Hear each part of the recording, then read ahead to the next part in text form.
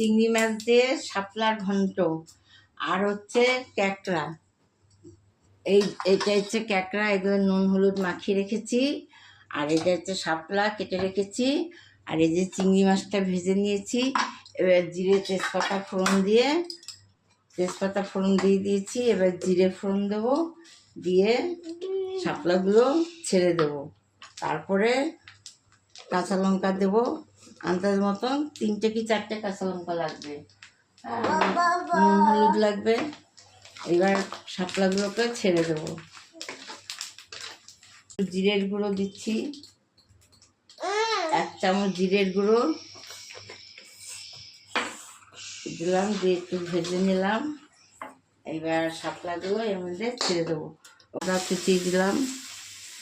এবার শাপলাগুলো ছেড়ে দেবো। এই শাপলাগুলো ছাড়লাম। শাপলাগুলো নরম হবে, সিদ্ধ হয়ে যাবে। তারপরে চিংড়ি মাছটা দেবো। চিংড়ি মাছটা দিয়ে 2-3 মিনিট নাড়াচাড়া করবো।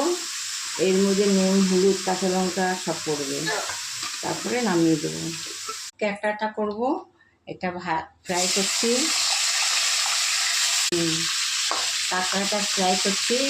এবার আর সামান্য একটু ফ্রাই হবে।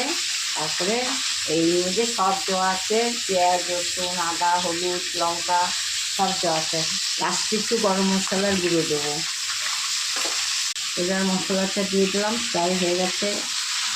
এই গ্রেভিটা ভালো করে নাড়াচাড়া করে যখন হয়ে যাবে, তারপর অল্প করে জল দেবো। জল দিয়ে একটু ফুটবে, তারপরে একটু গরম মশলা দেবো, দিয়ে নামিয়ে দেবো। একটা তরকারি হচ্ছে চিংড়ি মাছ দিয়ে শাপলার ঘন্ট,